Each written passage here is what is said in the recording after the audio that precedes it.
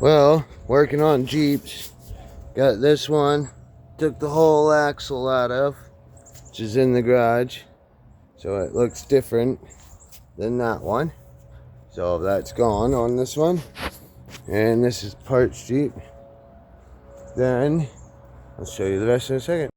Now there's music in the background. I don't want to get copyrighted, so I'm doing a voiceover. That's the axle came out of the Jeep outside. Mandy's over at the Jeep that we're taking the axle out of.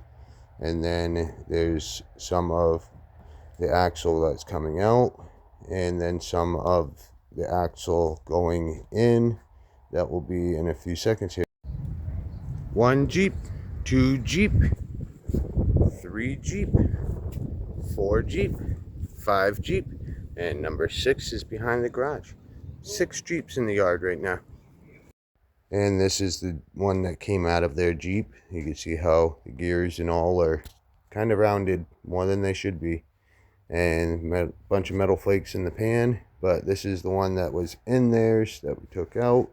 And this was when we were working on putting the first one I took out of the first Jeep into theirs. And we almost got it all together at this point. It took about 3 days, only like 3-4 hours each day.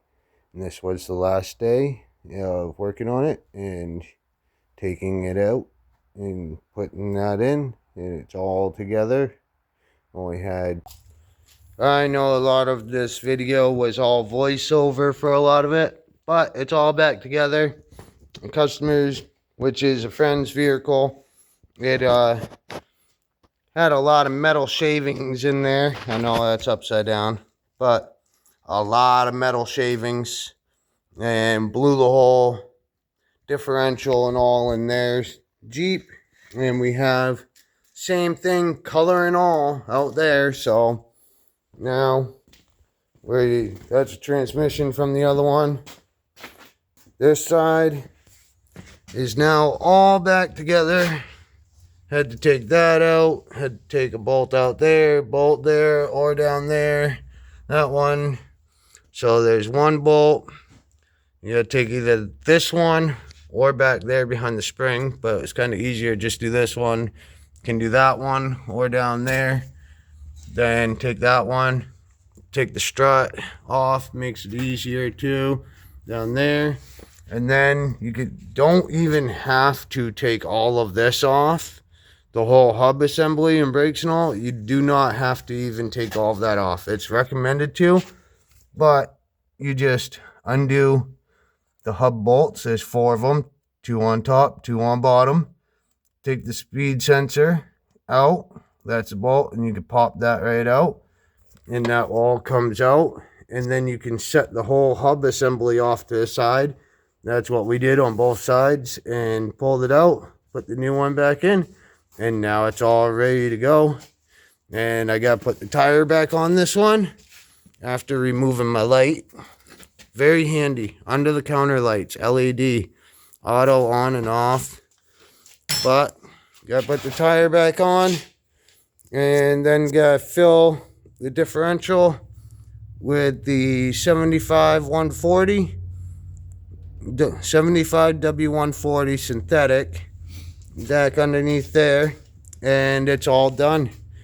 And we got the other one right over there. So there's Mandy, and then there's another customer's Jeep that my dad's been working on, which this one over here is a Jeep, and it is passenger side drive. How nifty is that? Passenger side. So steering wheel is right there on the passenger side. Pretty nifty. So there's that. And he's doing a whole bunch on that. And we got Morty with us, but that's what we've been doing in the garage, is taking care of all of that. So there's been 1, 2, 3, 4, 5, 6 Jeeps in the yard for a short bit, but we got this pretty well done. And we'll see you on the next one. Make sure you like and subscribe. And I'll probably show you a short little thing at the end of this of the vehicle going again. Peace. On taking back the Jeep to Winslow that I've been working on. Got Mandy back there behind me in our Jeep. So it's kind of funny having one Jeep that right behind the other Jeep that are the same exact thing, just different color.